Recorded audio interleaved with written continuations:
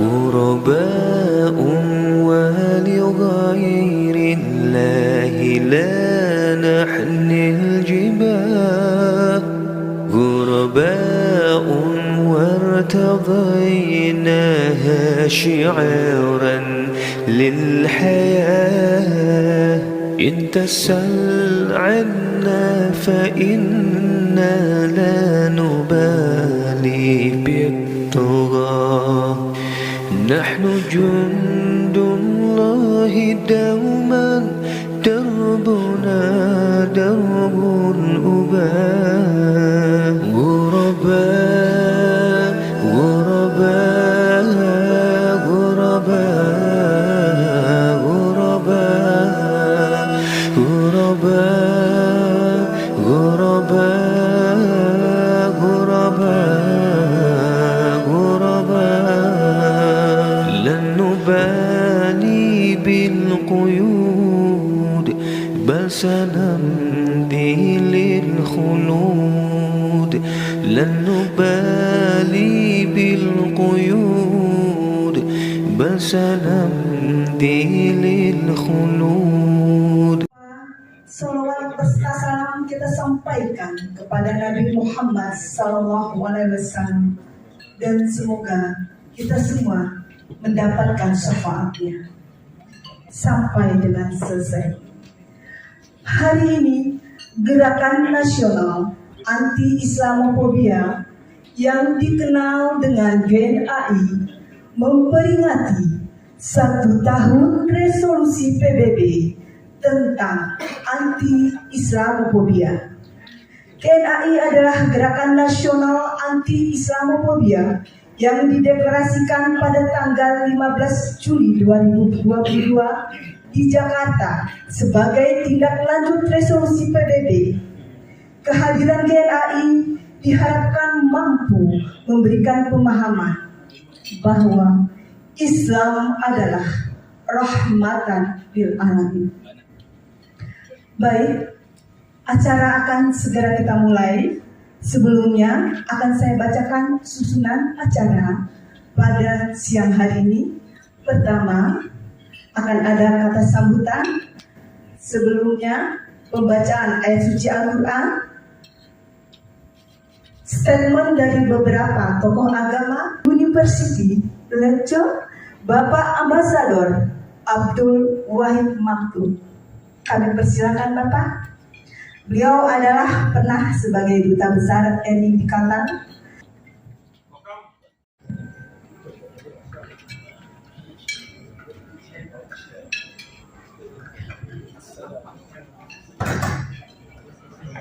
Assalamualaikum warahmatullahi wabarakatuh. Ladies and gentlemen, today I'm very happy because all of us can celebrate commemoration 1 year of the United Nations resolution on combating Islamophobia. Arab work for all humanity. So this understanding should be spread all over the world. And we are as majority in Indonesian population, the greatest and the majority of the Muslim should be able to ذكر وأنثى وجعلنا الشعوب وقبائل لتعارفوا ولتعاونوا. تعاونوا على البر والتقوى ولا تعاونوا على الإثم والعدوان. And for the public information, Islam itself means peace.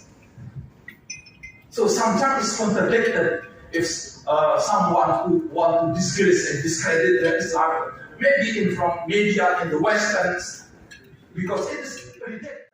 So even though now the Muslim population in the world just 20%, and the biggest is non-Muslim. Jadi Bapak Ibu semuanya, mari kita perbaiki. Memang kita menghadapi suatu realitas baru saat ini.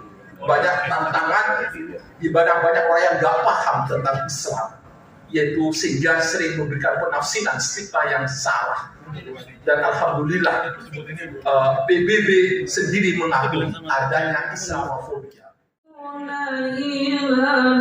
الخير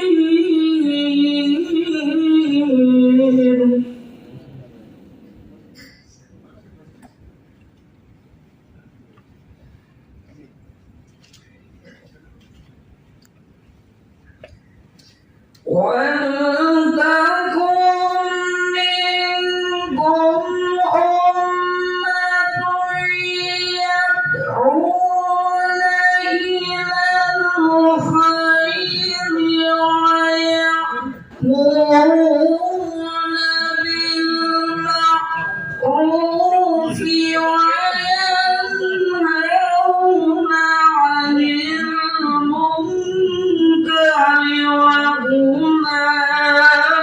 وأولئك هم المفلحون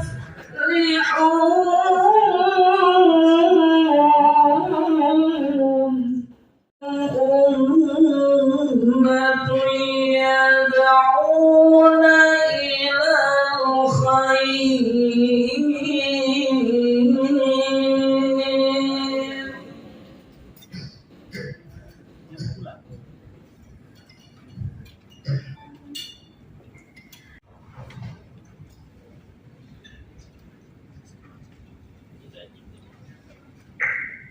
Bismillahirrahmanirrahim. Allahumma sholli ala sayyidina Muhammad wa ala ali sayyidina Muhammad. Rabbi israh li sadri wa yassir li amri wahlul 'uqdatam min lisani yafqahu qawli. Assalamualaikum warahmatullahi wabarakatuh.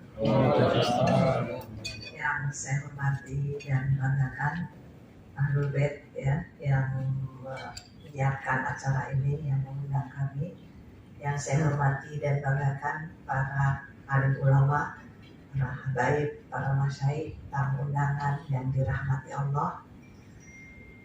Pertama saya mau koreksi dulu, saya sudah bukan anggota DPR RI. Ya, saya di DPR 3 periode dari 2004 sampai dengan 2019. Kemudian saya ikut bertanding di 2019. Tetapi saya tinggalkan ketika terjadi banyak tragedi. Saya takut sama Allah. Kalau saya duduk di DPR atas segala tragedi yang terjadi. Jadi saya memberanikan diri untuk berhenti. Dan saya yakin Allah tahu tempat yang lebih baik buat seorang Nur Hayati alias Asgar. Dan alhamdulillah, subhanallah, saya diundang oleh pemerintah Turki untuk mengajar sebagai profesor tamu di Ankara.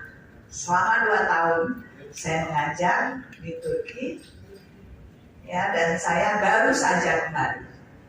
Kemarin saya senang ketemu dengan ATM, ya. Kemudian memang setelah saya kembali dari Turki, sebetulnya Turki masih menghendaki saya berada di sana, ya, meminta saya di sana. Dan subhanallah, Turki itu sangat menghargai, menghormati para tamu, sehingga saya di sana mendapat penghormatan yang luar biasa. Sehingga mereka menginginkan saya bertahan di sana, tetapi saya katakan tempat yang paling baik buat Nur Hayati alias Asgar adalah Indonesia. Karena bapak saya seorang pejuang, dan buat saya, buat Indonesia, until death do us apart. Jadi saya diundang oleh, setelah tahu saya balik ke Indonesia, saya baru kemarin dulu mendapat undangan dari seorang Hillary Clinton untuk saya mengajar di lembaganya dia. Tapi saya katakan, dia bilang, jangan bilang tidak, karena saya sudah pernah bilang tidak. Pikirkan sampai September. Hiduplah Indonesia Raya. Indonesia tanah airku, tanah tumpahku. Di sana aku berdiri, jadi padu hidup.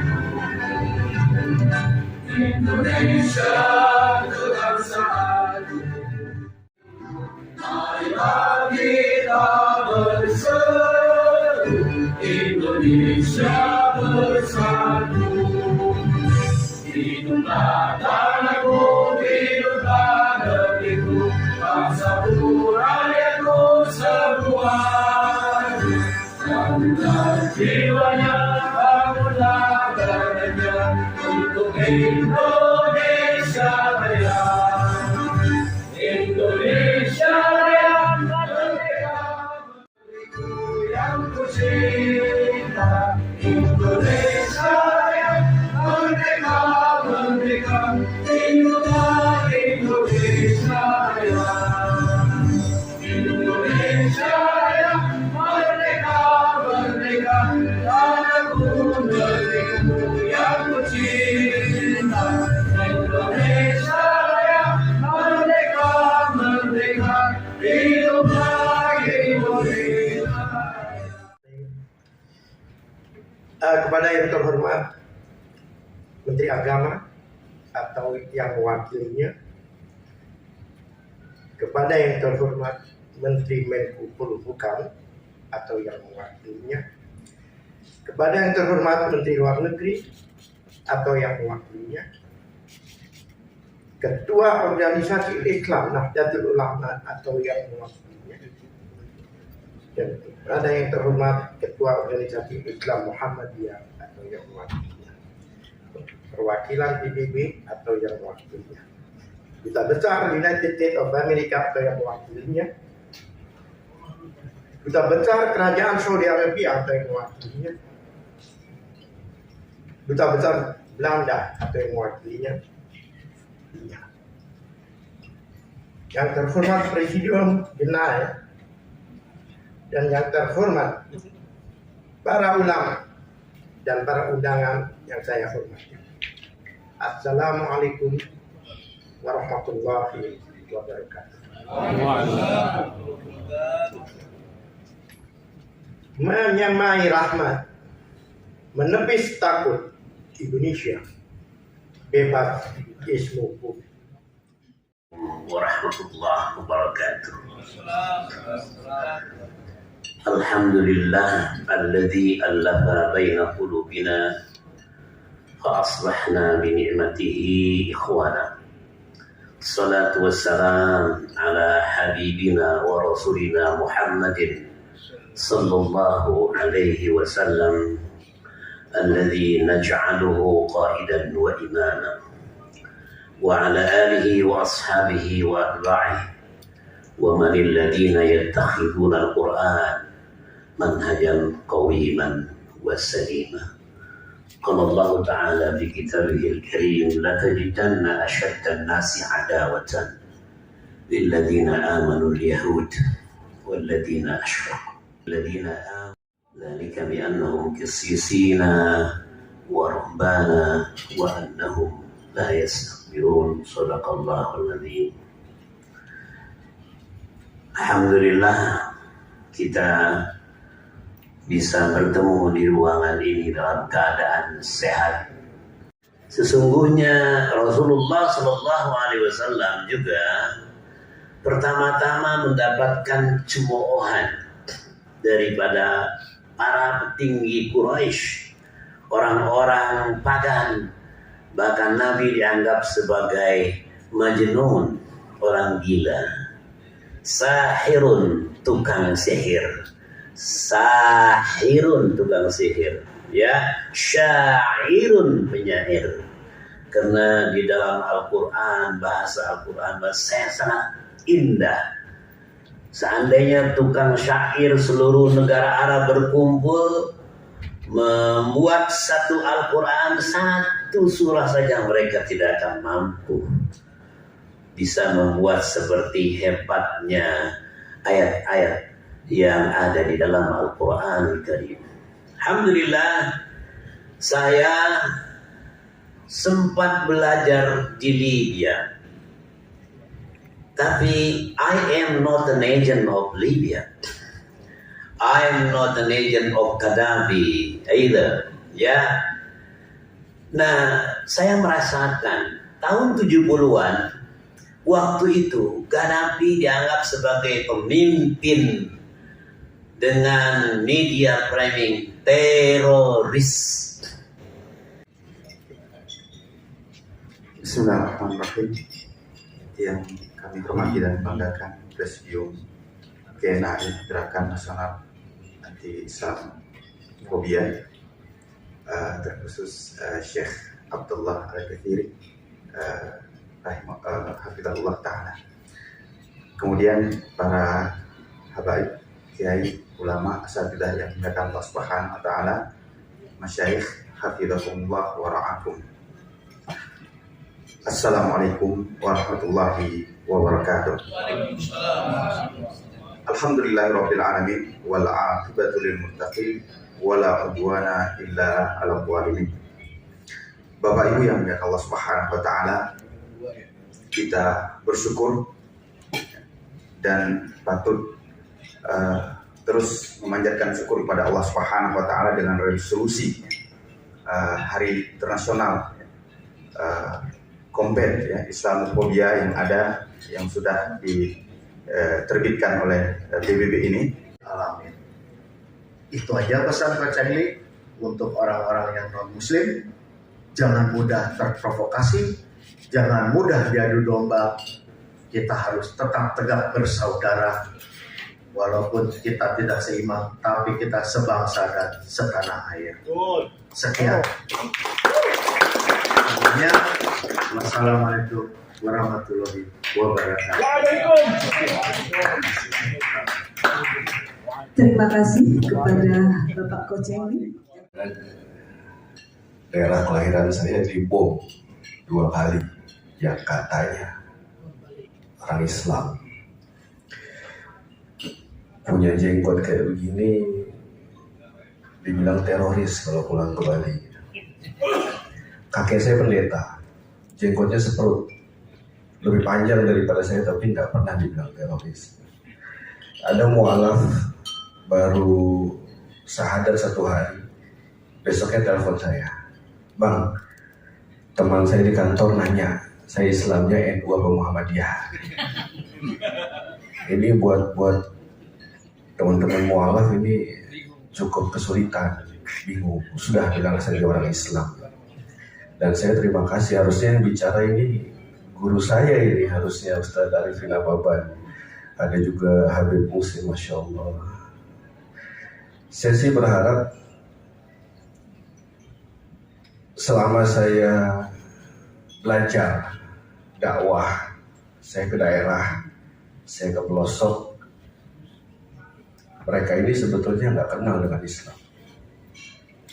Dan tugas kita umat Islam untuk memperkenalkan Islam, itu saja. Karena mereka termakan media, termakan medsos, Islam seperti ini. Dan seperti saya, kemudian bawa ransel, kemudian ke mall. Saya taruh ranselnya sambil teriak Allahu Akbar. Lebih sulit memperkenalkan Islam kepada mereka yang Islam daripada yang non-Islam. Mana tadi kucing ini? Kabur. Ustaz Arifin mainkan nanti. Belum mempan soalnya, ketemu sama Habib Rizik belum mempan, ketemu Habib Bahar belum mempan juga. Kezaliman pasti selalu ada dan akan terus ada sampai akhir zaman. Tapi bukan berarti orang jahat banyak. Itu karena orang baik diam. Subhanaka wa bihamdi, asyhadu an la ilaha illa anta, astaghfiruka wa atubu ilaik. Assalamualaikum warahmatullahi wabarakatuh. Bismillahirrahmanirrahim. Assalamualaikum warahmatullahi wabarakatuh. Alhamdulillah, wassalatu wassalamu ala rasulillah wa ala alihi wa ashabihi wa wala amma ba'd. Rabbi shrah li sadri wa yassir li amri wahlul 'uqdatam min lisani yafqahu qawli. Rabbi zidni ilma warzuqni fahma, amin ya rabbal alamin. Ma'asyiral ulama wal hadirin wal hadirat rahimakumullah. Sungguh hari ini adalah hari yang sangat membanggakan kita semuanya, karena kita memperingati hari anti-Islamfobia. Yang apa itu Islamfobia semua sudah disampaikan, dipaparkan oleh para ulama dan para tokoh tadi. Dan yang paling penting sekarang ini adalah kita melawan Islamofobia dengan dakwah. Dakwah yang harus kita gencarkan. Dakwah yang harus kita kedepankan. Jadi sebetulnya kalau kita mengkaji dalam Al-Quran, perintah dakwah itu adalah yang utama menyampaikan Islam kepada orang yang belum Islam, orang yang tidak mengerti tentang Islam, orang yang menyalahpahami tentang Islam. Ya, jadi motivasi orang-orang yang melakukan Islamofobia itu ada berbagai motif.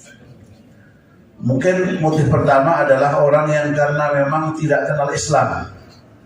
Karena tidak kenal Islam, maka dia mendapatkan informasi Islam yang miring dari orang yang tidak suka terhadap Islam atau terancam oleh agama Islam atau ajaran Islam itu sendiri.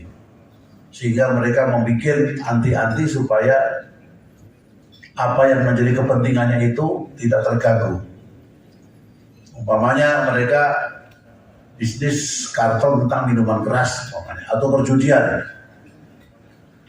Karena Islam adalah agama yang sangat tegas untuk melarang perjudian dan minuman keras, maka orang-orang yang punya kepentingan meraup keuntungan mengejar dunia melalui bisnis minuman keras dan judi, maka dia akan mengobarkan Islamfobia, bahwa Islam adalah kejam, Islam intoleran dan lain sebagainya.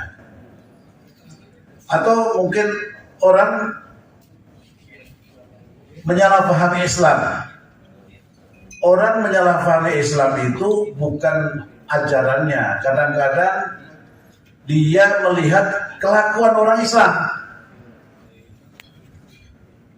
Karena orang Islam itu tidak menjalankan Islam secara kafah dari segi perilaku, tutur kata, sikap, sopan santun, itu tidak dicerminkan yang sudah dicontohkan oleh baginda Rasulullah SAW dan para sahabat, para ulama, itu tadi dicerminkan oleh kehidupannya. Maka ketika orang yang non-Muslim yang tidak tahu Islam, di luar Islam, melihat perilaku umat Islam, maka dia mengatakan, oh Islam itu seperti itu. Maka pernah dikatakan bahwasanya Al-Islam mahjubun bil muslimin. Islam tertutup, ajaran Islam tertutup oleh kelakuan orang Islam. Nah ini terjadi seperti itu. Oleh karena itu, maka kita akan memahami. Ada seorang mu'alaf, bukan mu'alaf ya, seorang yang sudah masuk Islam lah. Sebenarnya saya ini kalau masalah mu'alaf ini saya pemahamannya mungkin barangkali salah ya. Jadi kalau mu'alaf itu orang yang sudah ada kecenderungan tertarik terhadap Islam, itu mu'alaf. Tapi masih lemah di imannya. Ketika dia sudah yakin dan masuk Islam, bukan mu'alaf lagi. Ya Pak Gede Wuto ya, Anda bukan mu'alaf, Anda mukallaf. Sudah mukallaf, dibebani dengan menjalankan syariat Islam. Kalau mu'alaf itu orang masih lemah, bisa-bisa masih miring-miring, tapi sudah cenderung kepada Islam, itu mu'alaf. Begitu dia syahadat, langsung mukallaf dia sebetulnya, karena udah yakin. Makanya di Indonesia ini ada sudah 50 tahun masuk Islam masih mu'alaf terus. Ya seperti itulah. Oleh karena itu maka ini yang terjadi banyak adalah al-Islam mahjubun muslim. Ajaran Islam, sopan santun Islam, perilaku Islam, tutur kata Islam tertutup ya oleh perbuatan orang Islam itu sendiri. Makanya kita katakan, saya sering sampaikan kepada orang-orang yang di luar Islam, orang-orang kafir ya, bahwa tidak boleh menghukumi satu agama dengan mengacu kepada perilaku penganut agamanya itu. Kita balik kepada mereka. Anda tidak boleh menghakimi agama Islam dengan cara melihat perilaku orang Islam, nggak bisa. Kalau Anda melakukan itu, kami juga akan begitu. Di Indonesia 350 dijajah oleh satu bangsa yang mereka di luar Islam. Apakah penjajahan itu berbuat baik atau kejahatan? Kejahatan. Siapa yang menjajah? Belanda. Agamanya apa Belanda? Kristen. Berarti Kristen jahat. Kita balikin begitu. Jadi perilaku umat agama tertentu tidak boleh dijadikan atas nama daripada ajaran agama itu. Oleh karena itu maka dakwah kita yang paling utama adalah kita menunjukkan pada kehidupan masyarakat kepada orang-orang yang di luar Islam untuk berperilaku, punya akhlak, ya, punya sopan santun, muamalat ya yang baik sesuai dengan ajaran Al-Qur'an, sesuai sunnah Rasulullah SAW. Assalamualaikum warahmatullahi wabarakatuh. Waalaikumsalam warahmatullahi wabarakatuh. A'udzu billahi minasyaitonir rajim. Bismillahirrahmanirrahim. Alhamdulillahi rabbil alamin wa bihi nasta'in ala umuri dunya waddin. Tapi kenyataannya memang begitu. Peperangan, perang Badar, perang Uhud, perang Khandaq, dan perang-perang lainnya, pergantian kepemimpinan dengan pertumpahan darah yang dipenuhi segala peperangan dan pertumpahan darah. Itu isinya sejarah Islam dan itu yang diajarkan di sekolah-sekolah, di madrasah-madrasah di tanah air kita. Saya tidak mau menerima kenyataan itu. Terus saya harus berbuat apa? Kemudian saya buka buku sejarah. Dari mana akar, asal-usul persoalan Islamofobia ini? Saya buka buku dari awal wahyu turun. Awal wahyu turun itu disampaikan kepada siapa? Dakwah Rasulullah pertama adalah diperintahkan secara diam-diam kepada kaum keluarga beliau. Di antara kaum keluarga Rasulullah Shallallahu Alaihi Wasallam ada yang menerima langsung memeluk Islam, ada juga yang tidak menerima, tidak mau masuk Islam. Seperti siapa? Seperti paman beliau, Abu Thalib, tidak mau masuk Islam bahkan dalam sejarah sampai menghembuskan nafas yang terakhir. Tapi beliau tidak memusuhi Islam, bahkan mendukung ponakannya dalam berdakwah. Di samping itu, para pembesar Quraisy waktu itu yang terkenal hebat-hebat, yang terkenal kaya-kaya, yang terkenal kuat dan berpengaruh di Jazirah Arab, itu tidak mau menerima dakwah Rasul. Ya. Seperti Abu Lahab, Abu Jahal, ini ceritanya panjang, saya ringkas saja. Betapa bencinya beliau dengan dakwah ini sehingga Rasulullah disiksa dan pengikut-pengikut beliau diancam. Bahkan Rasulullah tidak tahan tinggal di Mekah sampai hijrah 2 kali ke Habsyah. Itu hijrahnya itu karena menghindari tekanan dan siksaan dari kafir Quraisy. Tekanan dan siksaan kepada pengikut Rasulullah itu kemudian terus tidak berhenti sehingga Rasulullah hijrah ke Madinah. Nah, setelah Rasulullah hijrah ke Madinah ini, penduduk Mekah tidak juga terima, walaupun Rasulullah sudah berpindah ke Madinah. Beliau tidak ingin pengaruh Muhammad SAW di Jazirah Arab. Karena itu mereka kejar ke Madinah dan bertemulah mereka di suatu daerah yang namanya Badar, yaitu menjelang ke Madinah. Disitulah terjadi peperangan pertama antara kaum muslimin dan musyrikin Mekah. Jadi sebab peperangan itu, sebab pertempuran itu bukanlah karena Rasulullah menyuruh pengikutnya untuk memerangi kafir Quraisy karena tidak mau masuk Islam, Tapi karena kufar Quraisy ini tidak mau menerima dakwah dan khawatir dakwah Nabi Muhammad akan semakin besar, karena itu mereka harus habisi dakwah ini dan Islam tidak boleh tumbuh di Jazirah Arab. يا إخوتي ماذا نقول أم حزننا جلب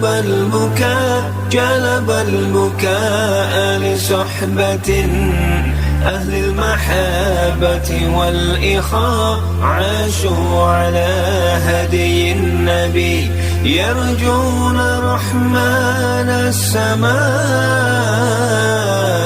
يرجون جنة ربهم يوم القيامة والجزاء يوم رهيب قاتل في لحظة حق اللقاء ترى وجوها كالحات ترى وجوها ناعمات يا إخوتي ماذا نقول أم حزننا جلب البكاء لصحبة أهل المحبة والإخاء عاشوا على هدي النبي يرجون رحمن السماء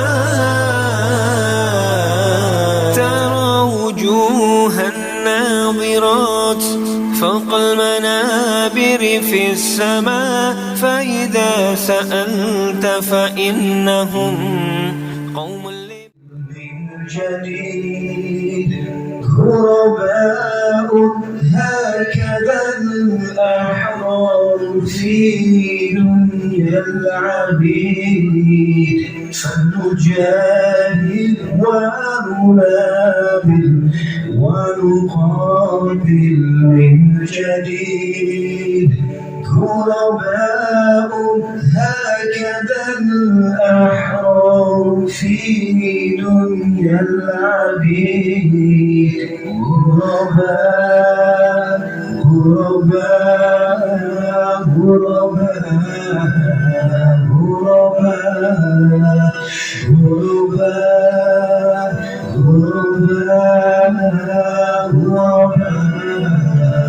غرباء كنا ذاكرنا زمانا يوم كنا سعداء ومساكن ذاكرنا زمانا يوم كنا سعداء بكتاب الله ناتوها صباحا ومساء غرباء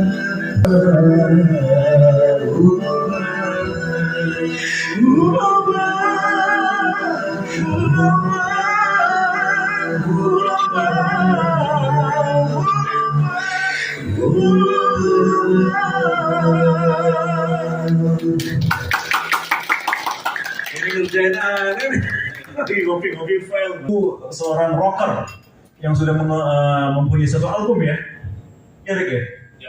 Satu album resmi dari major label dan sekarang jadi kiai, punya 75 santri, luar biasa, madrasah akhwat ibtidaiyah sanawiyah, sisanya Ikhwan. Ini ada santri-santri Muhammadiyah juga, siapa tuh bisa bikin jodohan. Kalau saya sendiri, Habib Musin nih saksinya Bib ya. Anda kenal Habib Musin dari tahun 2006 ya Bib ya. 2006 waktu itu masih syuting untuk iklan-iklan ini ya macam ini tentunya. Dan saya juga kata orang termasuk salah satu pendiri band besar nasional. Orang-orangnya sama tapi namanya tidak sama, bukan itu. Dan dia juga jadi satu presidium GNI, kami sudah sama-sama hijrah lah gitu. Ini agak kurang ajar juga saya ditodong suruh nyanyi gitu. Semoga tidak menjauhkan. Baik, insya Allah segera kita masuki ke sesi berikutnya. Saya panggil saudara-saudara saya yang Masya Allah ini mengagumkan. Saya tidak ada apa-apanya. Yang pertama yang paling muda dulu, naik Pak. Syekh Ustadz Muhammad Dewa Putu Adi. Ini kalau tadi kata Habib khusus tidak boleh dibilang mu'alaf lagi sudah ya. Bang Yusman, Ustadz Yusman, silakan. Beliau dari Masjid Lause Jakarta. Ini saya bukan bosan ya, tapi masya Allah hampir tiap hari itu ada orang masuk Islam di Masjid Lause, masya Allah. Cuman sayangnya Pak Yusuf Hamdani nggak bisa datang hari ini. Gitu. Masya Allah, alhamdulillah. Pak Ustadz Yusman Al-Palimbari. Siapa tadi? Siapa tadi? Doktor. Oh ya, Ustadz Doktor Elva mana? Ustadz Doktor Elva Hendri Mukhlis, Ketua Daram Dai Rantau Minang. Ini orang Minang ini termasuk orang yang insya Allah terkena Islamofobia. Silakan Ustadz. Karena dicap radikal semua macam-macam zaman PRRI, PRMesta dulu ya. Tetapi sudah membuktikan bahwa sejak ratusan tahun yang lalu ini Islam itu sudah menjadi darah daging. Kemudian Pak Samsul Arifin Nabaras. Sebentar itu. Bagian saya menyebutkan harus saya menyebutkan. Kemudian Ustaz Dr. Samsul Arifin Nababan. Ini santrinya tidak berhitung puluhan ribu ada. Masya Allah ini. Silakan.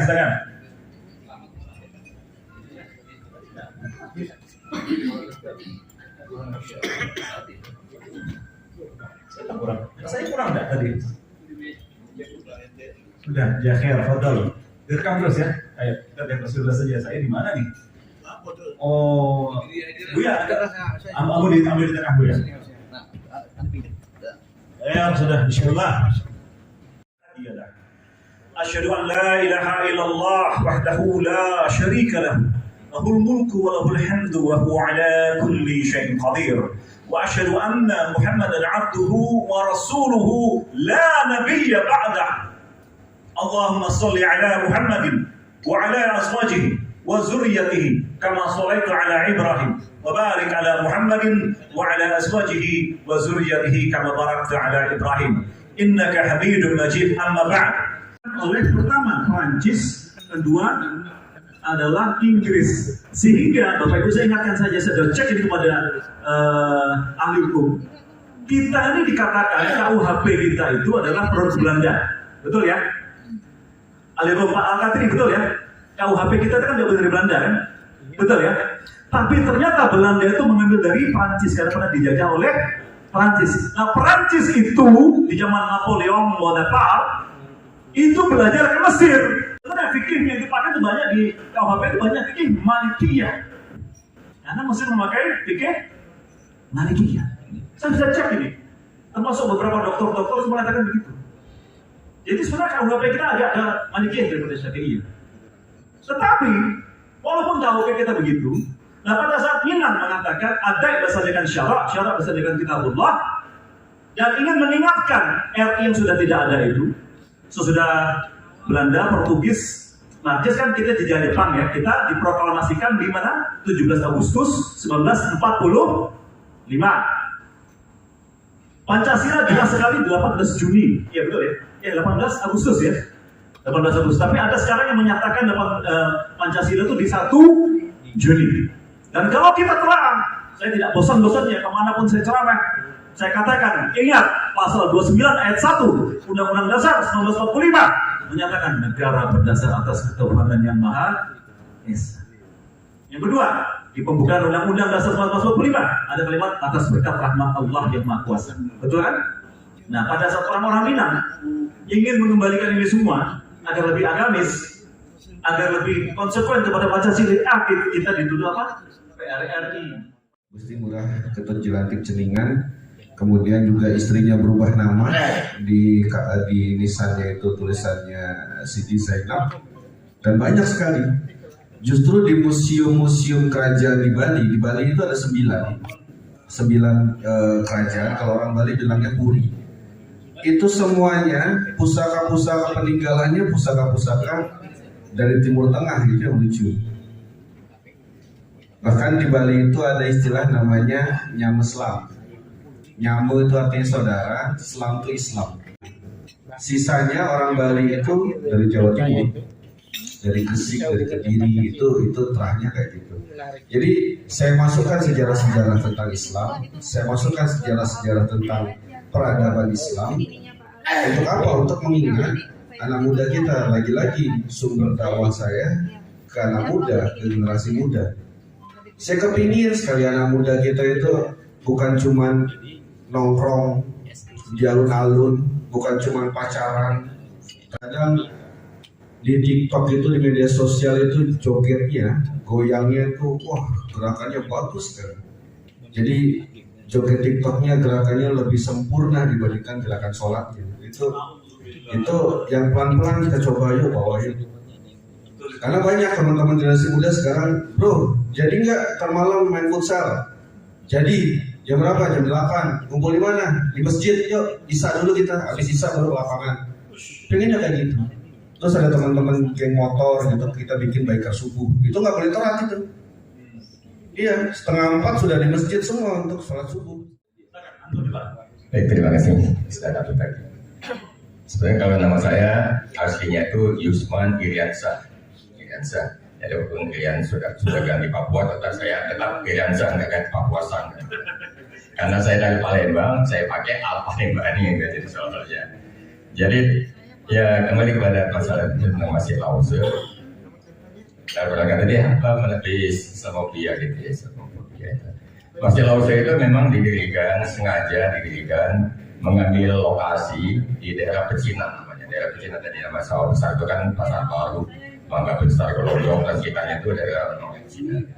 Kenapa didirikan di daerah Pecinan? Memang sengaja juga pada pendiri-pendirinya itu, pendirinya ini saya beritahu pendiri-pendirinya itu para tokoh dari ormas Islam, ada dari NU, dari Muhammadiyah, dari Al-Basriyah, dari Ijmi, kami pokoknya semua hampir itu bersepakat tokoh-tokohnya mendirikan ormas Islam. Dari Muhammadiyah itu Pak Urban Harun, dari NU Pak Riyadi, ya banyak kali lain, ada Yunan Nasution, yang mendirikan ada Pak Kami Idris, segala macam. Sengaja mendirikan Masjid Lause di tengah-tengah Pecinan, ya tadi dalam rangka menyampaikan informasi Islam kepada kalangan Tionghoa atau kalangan Cina. Kenapa disampaikan sana? Karena belum ada satu ormas Islam yang fokus menyampaikan dakwah kepada Tionghoa atau Cina. Padahal orang-orang Cina itu mungkin sangat potensial menerima dakwah dan Islam. Dan kita lihat juga paling keras juga penentangan terhadap Islam itu ya. Kita sering mendengar kisah-kisah pilu lah kalau ada keluarga yang menjadi Muslim dapat hidayah. Kita akan sering dulu mendengarkan kisah-kisah pilu lah yang mereka diperlakukan yang tidak baik. Nah, sengaja itu tokoh-tokoh Islam itu mendirikan Masjid Lause tengah-tengah mereka itu menyampaikan apa itu Islam yang sebenarnya tadi Islam alami.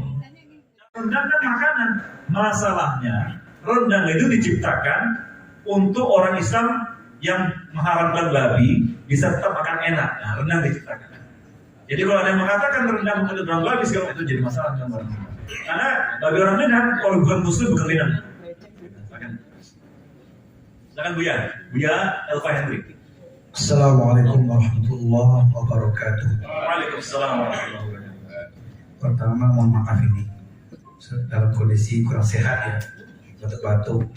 Tapi namun undang dari ATM, yang undang adalah Genai. Aduh, terpanggil rasanya. Kenapa terpanggil? Saya ingat dengan kisah Nabi Ibrahim sedang dibakar oleh Raja Namrud dengan api yang besar, ya, nyaris di mata manusia terbakar. Tiba-tiba seekor binatang kecil yang jumlahnya seberapa, katakanlah ya kata, seekor kata melihat Nabi Ibrahim dibakar oleh raja yang zalim, dia beraksi, dia bergerak. Apa gerakannya?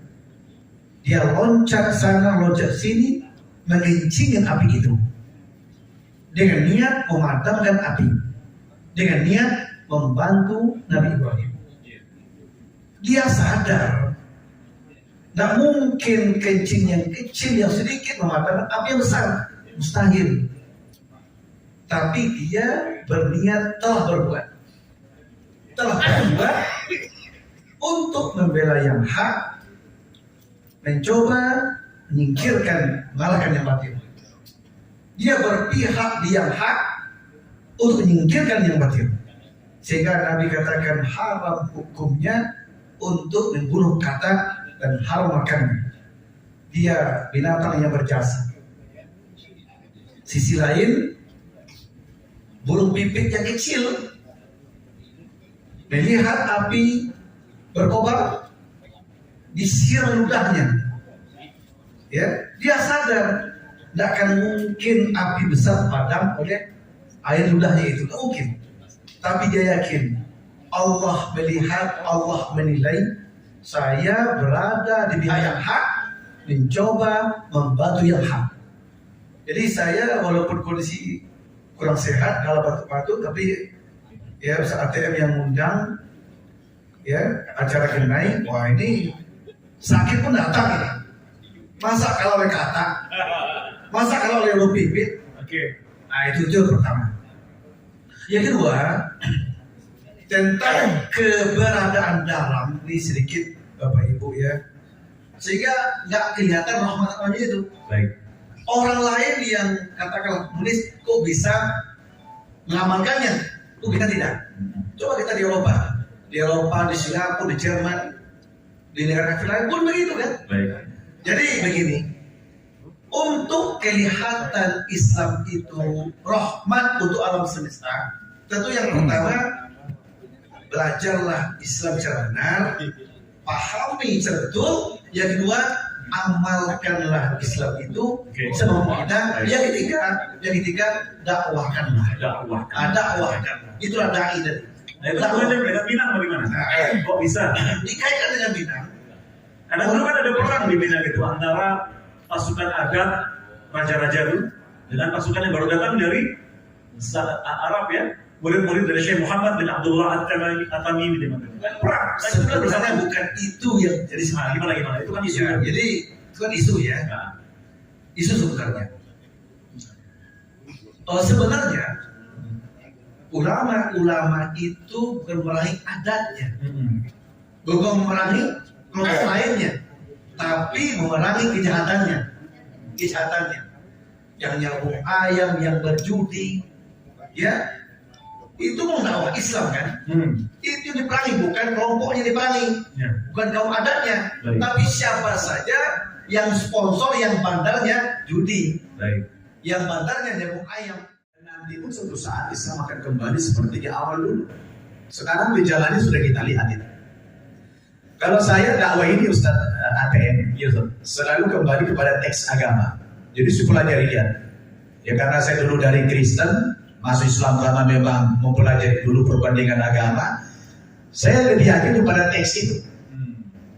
Jadi kalau teks mengatakan yang hak ini selagi masih ada Islam, yang hak ini sampai kapanpun selalu akan bertempur dengan yang batil.